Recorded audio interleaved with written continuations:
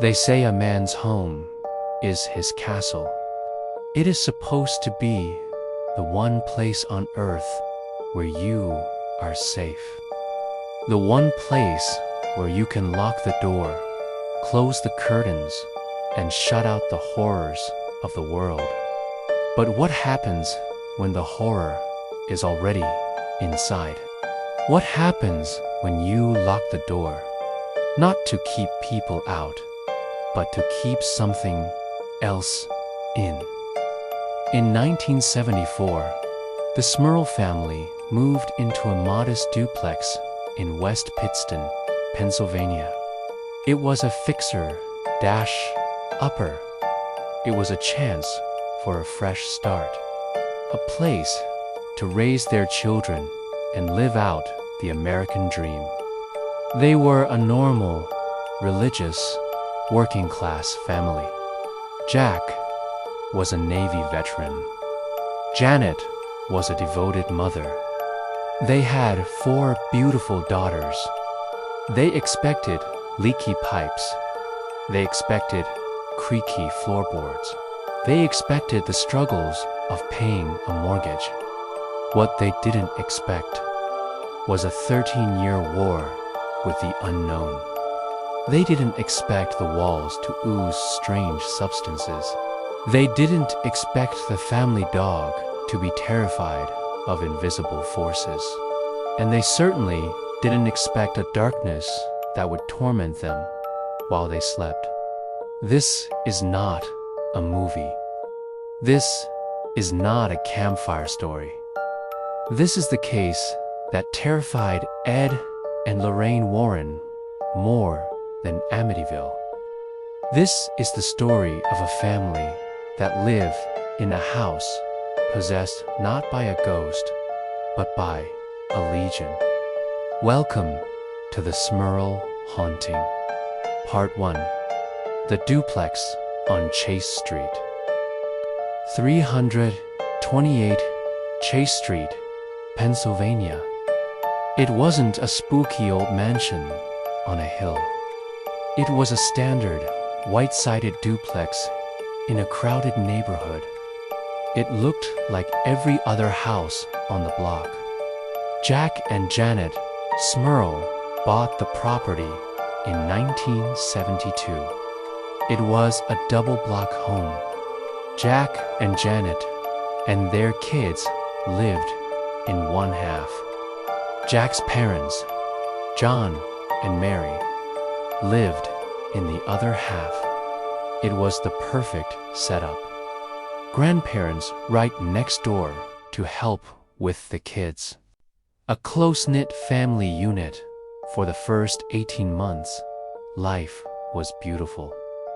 They renovated, they painted, they made it a home. But in 1974, the atmosphere began to change. It started small, so small that they ignored it. A stain appeared on the new wallpaper. It looked like water damage. Jack scrubbed it off. It came back the next day. He painted over it. It seeped through the paint again. Then came the scratches. New scratches on the freshly varnished woodwork. Deep gouges in the bathtub porcelain. It looked like a wild animal had been trapped inside the house, clawing to get out. But they had no pets. Not yet. Then came the television. One night, Jack was watching a game. Suddenly, the TV sparked and smoked.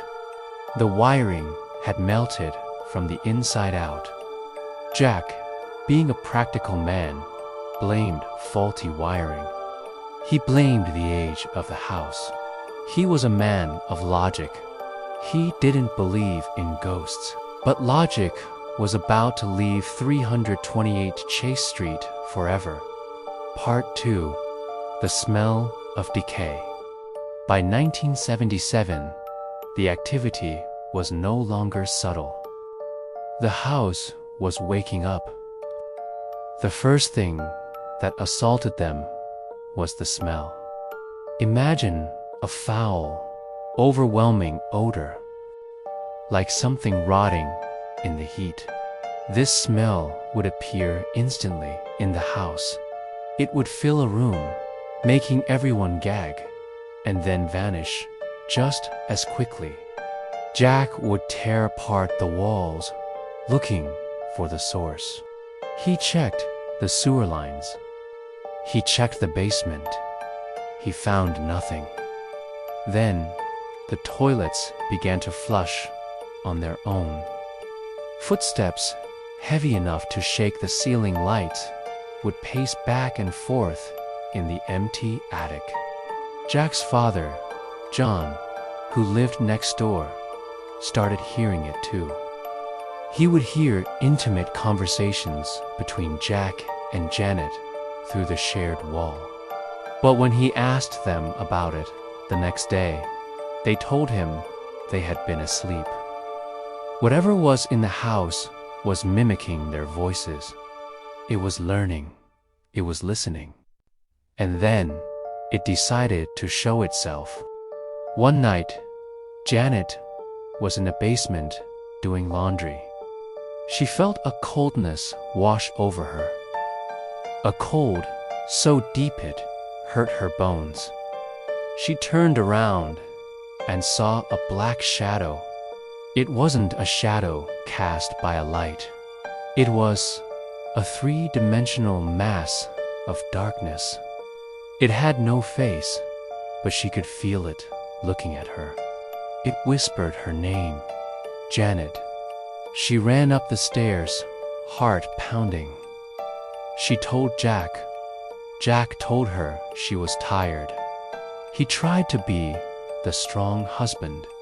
He tried to rationalize it. But soon, Jack would see it too. Part 3. The attacks begin. The entity in this Smurl house was violent. It hated happiness, and it hated the family dog, a German shepherd named Simon. Simon was a fierce protector. But in that house, he was terrified. He would whine and hide under the table. One evening, in front of the entire family, Simon was lifted into the air. An invisible force grabbed the 75-pound dog and tossed him aside. The dog yelped in fear. Jack jumped up, ready to fight an intruder. But there was no one there. This was the turning point. This wasn't just noises anymore. This was physical. The entity began to target the children. One of the daughters, Dawn, was sleeping in her bed. Suddenly, the mattress began to shake. It wasn't a vibration. It was violent bucking. Then, unseen hands grabbed her ankles. She screamed as she was pulled across the mattress. Jack and Janet burst into the room. They found their daughter hysterical, but the worst attacks, the ones that they were too ashamed to talk about for years, happened to Jack and Janet. This is the part of the story that makes the Smurl case so disturbing. The entity was parasitic. Jack would be lying in bed, paralyzed. He couldn't move a muscle.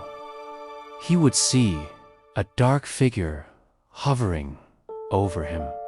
It looked like an old woman, but with eyes that weren't human. It would descend on him. He felt a crushing weight on his chest. He was a Navy veteran, a tough guy, but he would lie there, helpless, unable to breathe, while this thing tormented him. Janet experienced the same. She would be pulled from her bed, thrown against walls, and tormented by a shadowed man. They were being hunted in their own sanctuary. They stopped sleeping. They stopped eating. The stress was tearing the marriage apart. And that is exactly what the entity wanted. It wanted to break them. Part 4. The church turns its back. By 1985, the Smurls were desperate. They were living in a war zone. They did what any religious family would do. They went to their church. They pleaded with their local priest. "Father, please. There is something in our house. It is hurting our children." The priest came to the house. He blessed the rooms. He prayed. But as he prayed, the house fought back. A heavy, guttural growl echoed from the walls. "Get out." The temperature dropped 40 degrees in seconds. The holy water dried up instantly upon touching the floor. The priest left, terrified. He told the Smurls, "You need help that I cannot give." But the higher officials of the church refused to sanction an exorcism immediately. They were skeptical. They worried about negative press. They told the Smurls to see a psychiatrist. Jack was furious. "My kids are being thrown down the stairs, and you want me to see a doctor?" They were alone. The church had abandoned them. The police couldn't arrest a ghost. The doctors couldn't cure a haunting. They had one last hope. Part 5. Enter the Warrens. Ed and Lorraine Warren. By the mid-80s, they were the most famous paranormal investigators in the world. They had handled the Amityville Horror. They had handled the Enfield Poltergeist. The Smurls called them. Lorraine Warren, a gifted clairvoyant, walked into the duplex on Chase Street. She didn't need equipment. She didn't need cameras. She sat on the sofa and began to weep. She looked at Jack and said, "You have a dark presence in this house, and not just one. There are 4 spirits here, but one is ancient, it is powerful, and it wants to destroy you." She identified the entity as a powerful force that fed on negative energy. Ed Warren was more practical. He started provoking the entity. He wanted proof. He brought religious relics into the house. He played recordings of religious chants. The house went insane. Mirrors shattered. Furniture flew across the room. A chandelier fell from the ceiling, missing one of the daughters by inches. Ed Warren said, "This is not a haunting. This is an infestation." The Warrens brought in a priest who was willing to perform an unofficial exorcism. Father Robert McKenna. Father McKenna was a traditionalist. He didn't care about the politics of the church. He cared about saving souls. He arrived in his long black robes. He held a crucifix high. He began the rite of exorcism. The house screamed. Witnesses, including reporters and neighbors, heard strange noises. They heard deep, booming voices mocking the priest. They smelled the stench of decay. Jack Smurl was thrown across the room during the prayers. When it was over, the house fell silent. The family cried with relief. They thought it was over. They were wrong. Part 6. The Media Circus. The silence lasted for 3 months. And then the entity came back.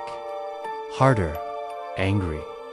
It was as if the exorcism had only annoyed it. Jack was attacked so violently that he had to be hospitalized. The entity left 3 deep scratch marks on his face, a mockery of the Holy Trinity. The Smurls had no choice. They went public. They thought that if they told their story, maybe the church would be forced to help them. Maybe someone, somewhere, had an answer. Their story hit the newspapers, and then the world descended on West Pittston. It became a circus. News vans parked on their lawn. Tourists drove by at all hours, shouting at the house. Skeptics called them liars. They said the Smurls were doing it for money. They said Jack was crazy. They said Janet was delusional. The pressure was unbearable. Imagine being attacked by a shadow at night, and then being attacked by the media during the day.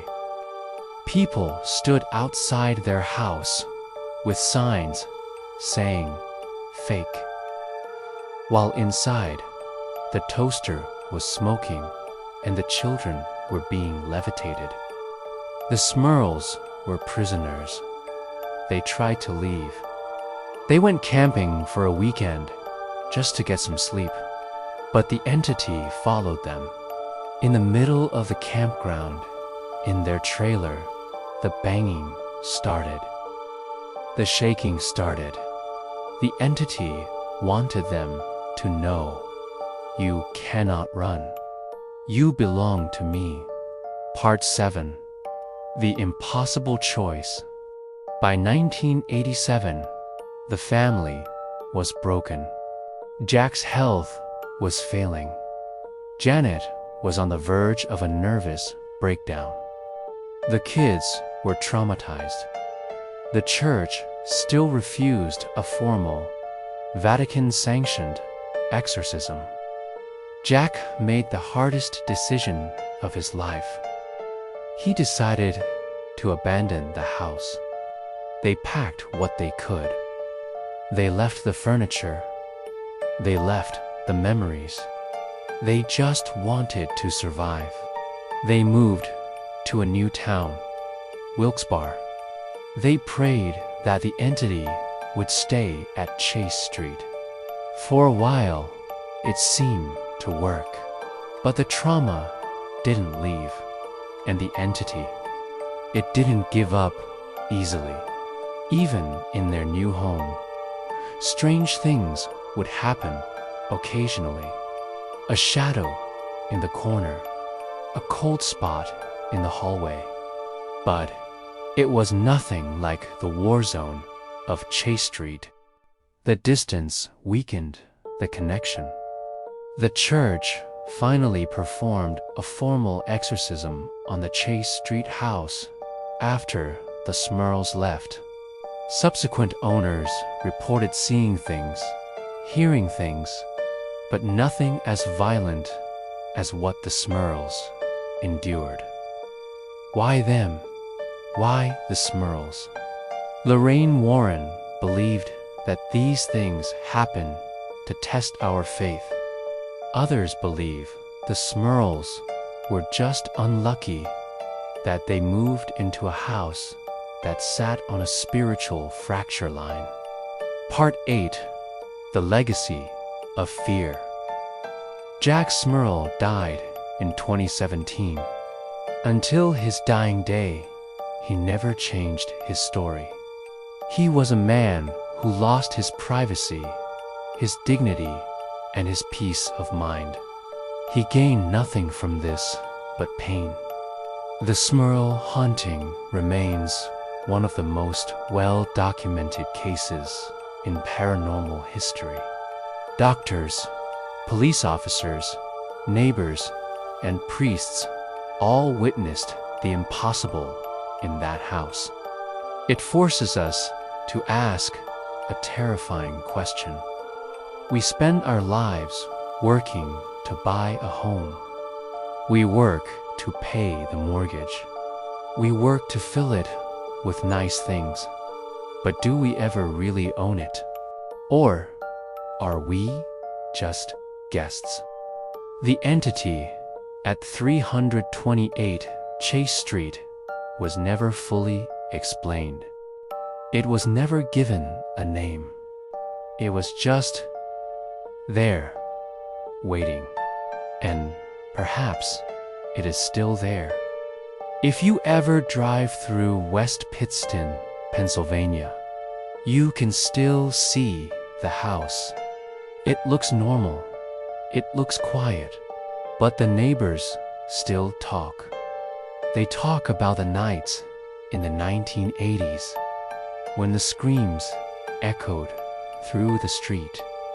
They talk about the black shadows that blocked out the moon. And they warn you, don't look at the windows for too long. You might not like what looks back. Part 9. Concon. So, what do you believe? Was it mass hysteria? Was it a family crumbling under stress? Or was it proof that evil exists? That there are things in this world that hate us simply because we are alive? The Smurl family survived, but they were never the same. They learned that the line between our world and the darkness is thinner than we think. And sometimes all it takes is a key in a lock to open the door to the unknown. Thank you for watching this deep dive into the Smurl Haunting. This story terrifies me because of how helpless the family was. If the church can't save you and the police can't save you, who can? What would you do if you were Jack Smurl? Would you stay and fight, or would you run? Let me know in the comments below. And if you enjoyed this video, please hit that like button. It helps the channel more than you know. Turn on notifications, check your back seat, check your closet, and I will see you in the next nightmare.